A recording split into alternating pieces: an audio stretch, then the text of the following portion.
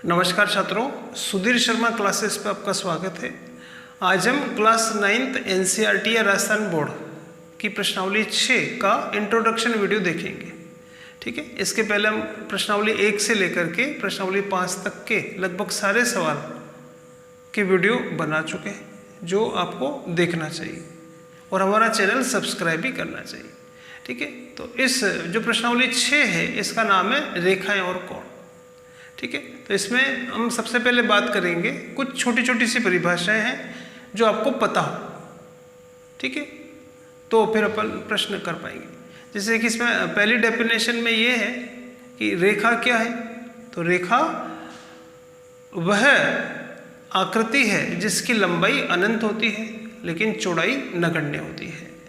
ठीक है, रेखा की हम बात करेंगे रेखाखंड की कि रेखाखंड क्या है। तो रेखाखंड रेखा का वह भाग है जिसके दो अंतः बिंदु होते हैं। ठीक है, जिसके दो अंतः बिंदु हो उसको हम कहेंगे रेखाखंड। और रेखा का वह भाग जिसके केवल एक ही अंतः बिंदु हो उसको हम कहते हैं किरण। कि जैसे ये है रेखा और रेखा का जो भाग होगा इसको तो हम कहेंगे रेखा। ठीक है, रेखा का कोई अंतः बिंदु नहीं होता। रेखा का वह भाग जिसके दो अंत बिंदु हो उसको हम कहेंगे रेखाखंड, उसको हम कहेंगे रेखाखंड।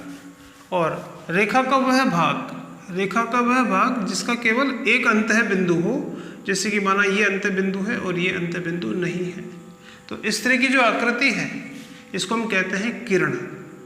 इसका नाम होगा ए बी। इसका नाम होगा ए बी, मतलब ये ए से बी की तरफ जाती है, किरण ए बी।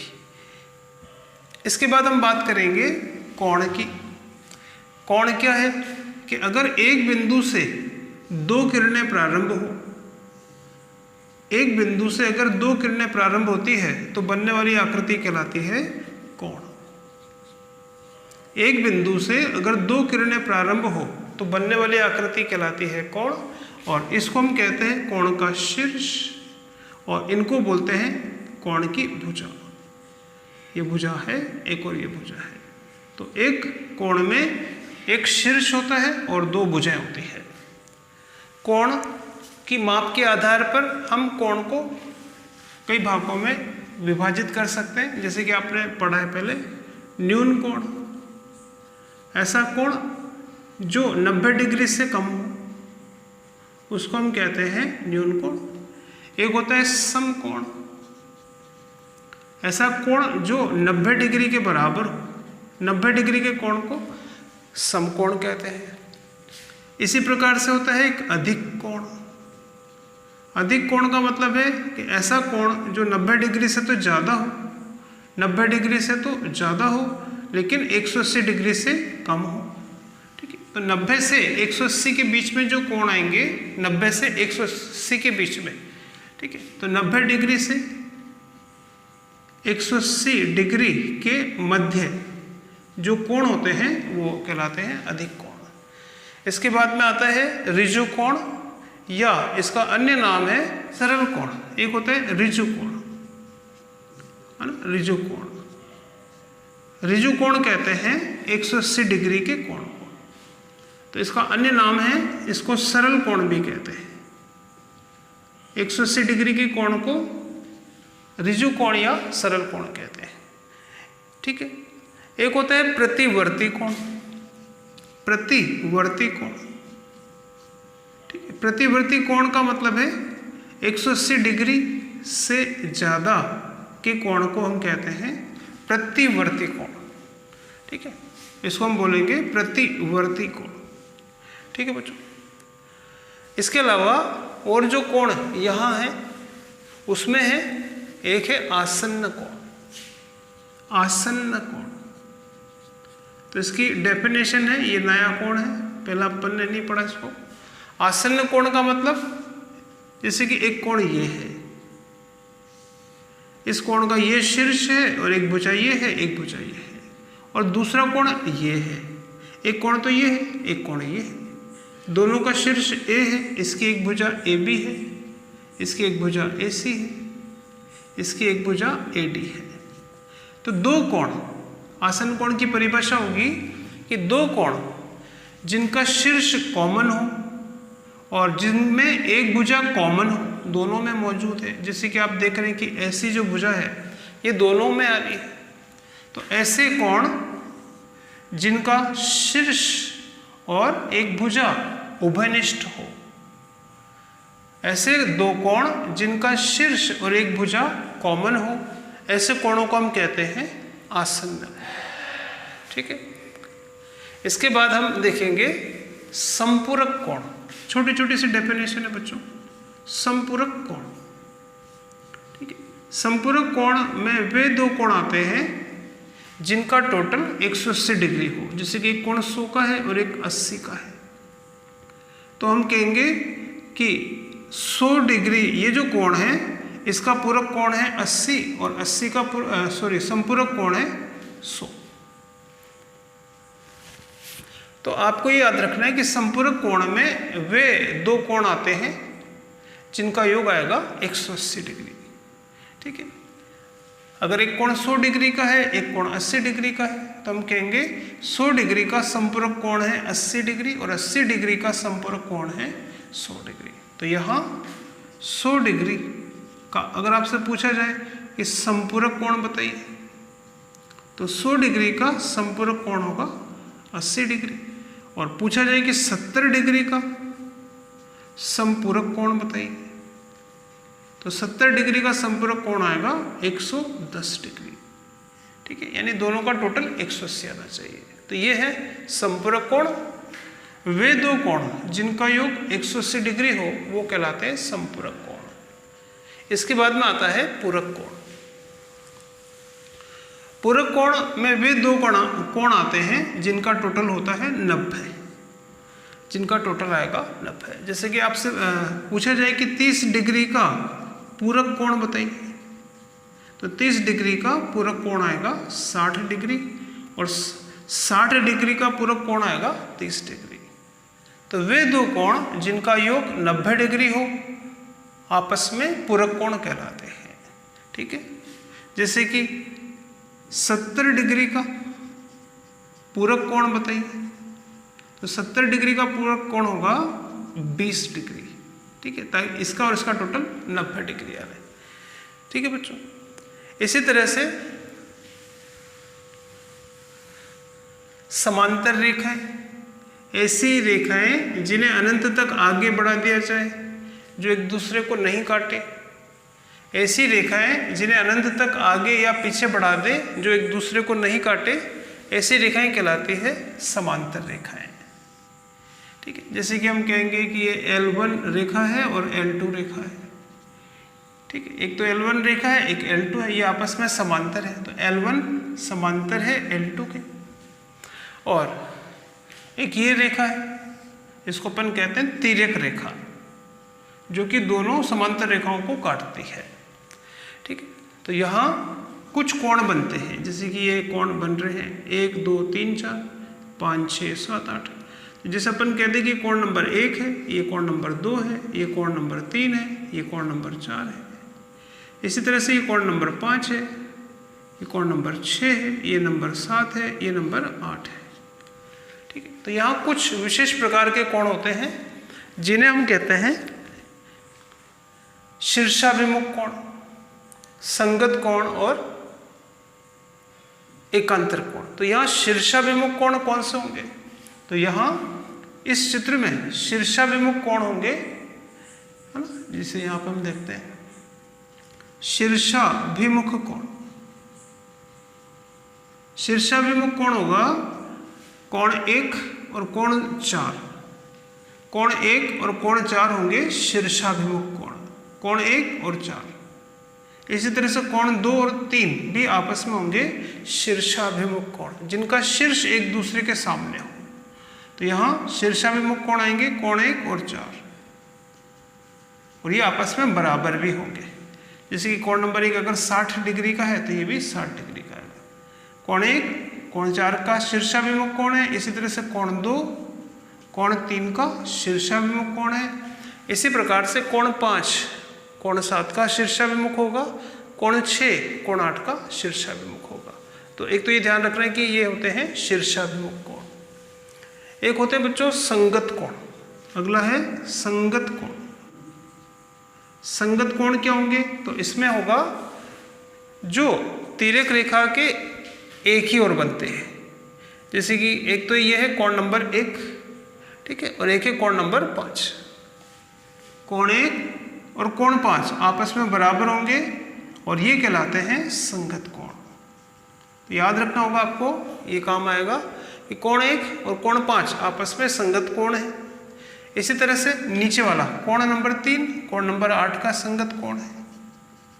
कोण नंबर 3 कोण नंबर 8 के संगत कोण है। इसी तरह से इधर दूसरी साइड में देखें, कोण नंबर 2 कोण नंबर 6 का संगत कोण है, तो ये बराबर भी होंगे। इसी तरह से नीचे देखें, कोण नंबर 4 कोण नंबर 7 का संगत कोण होगा, ठीक है। कोण नंबर 1 बराबर होगा कोण नंबर 5 के। क्यों बराबर होगा? क्योंकि ये है संगत कोण। इसी तरह से नीचे वाला कोण नंबर 3 बराबर होगा कोण नंबर 6 के, क्योंकि ये है संगत कोण। दूसरे साइड में देखिए, कोण नंबर 2 कोण नंबर 6 के बराबर होगा, क्योंकि ये संगत कोण है। इसी तरह से कोण नंबर 4 और 7 बराबर होंगे, ठीक है बच्चों। एक और होते हैं इनमें एकांतर कोण, ठीक है, एक होते हैं इनमें एकांतर कोण। जब दो समांतर रेखाओं को एक तिर्यक रेखा काटे तो कई सारे कोण बनते हैं, उसमें एक कोण होता है एकांतर कोण। एकांतर कोण, ये एकांतर कोण जो होते हैं वो जेड की शेप में बनते हैं या उल्टे जेड की शेप में बनते हैं, ठीक है। तो जो जेड की शेप में बने उनको कहते हैं एकांतर कोण। तो जब दो समांतर रेखाओं को एक तिर्यक रेखा काटेगी तो एकांतर कोण भी बनते हैं। जैसे कि यहाँ जेड की शेप में बन रहा है, देखिए ये जेड बना है यहाँ पे, तो इसमें एक तो आ रहा है नंबर 4, एक आ रहा है कोण नंबर 5। अगर कोण नंबर 4 80 डिग्री का है तो कोण नंबर 5 भी 80 डिग्री का होगा, ठीक है। तो कोण नंबर 4 बराबर होगा कोण नंबर 5 के। ये जेड की शेप में बन रहा है, ये है एकांतर कोण। इसी तरह से उल्टा जेड देखें तो इधर से बनेगा, इधर से आएगा। तो इसमें अपन देखें तो इसमें एक तो एंगल आएगा नंबर 3, एक आएगा नंबर 6। इसी तरह से कोण नंबर 3 कोण नंबर 6 का कहलाएगा एकांतर कोण।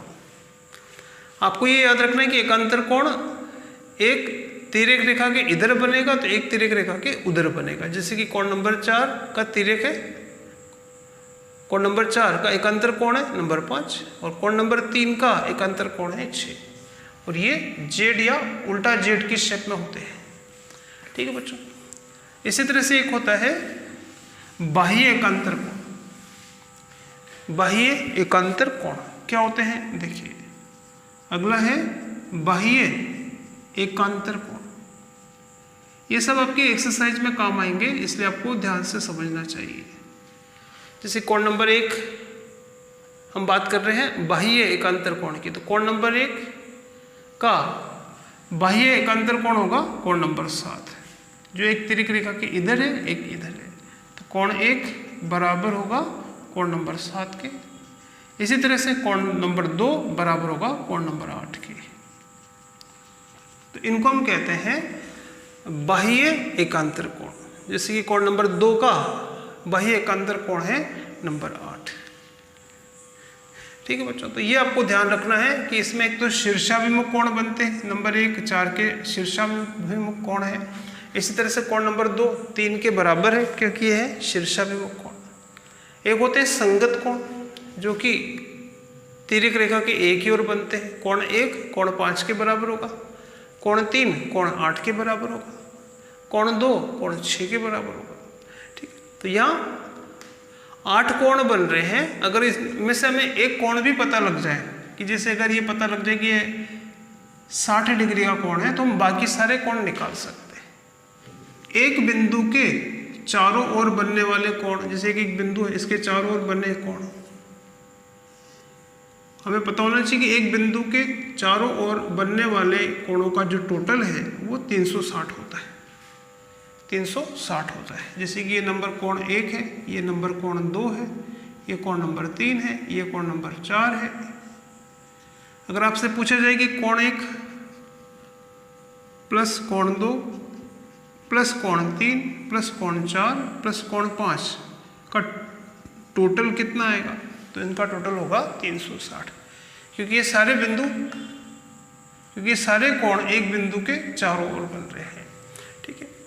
और अगली बात जो आपको ध्यान रखनी है कि एक सरल रेखा पर बनने वाले, जैसे कि एक सरल रेखा है, सरल रेखा के किसी बिंदु पर बनने वाले समस्त कोणों का योग 180 होता है।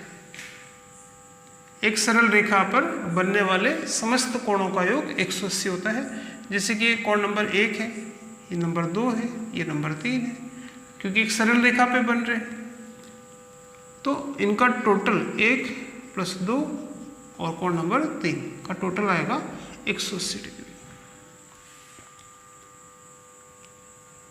ठीक है बच्चों, तो याद रखिए कि एक सरल रेखा पर बनने वाले कोणों का योग 180 डिग्री होता है। अब हम बात करते हैं, एक लास्ट छोटी सी बात और है, रेखिक युग्म की। क्या होते हैं रेखिक युग्म? युग्म का मतलब दो कोण। रेखिक युग्म वे दो कोण होते हैं जो एक सरल रेखा पर बनते हैं। जैसे कि आप यहाँ देख रहे हैं कि कोण नंबर 1 और कोण नंबर 2, तो ये दो कोण है यहाँ पर। ठीक है, एक तो है नंबर 1, एक है नंबर 2।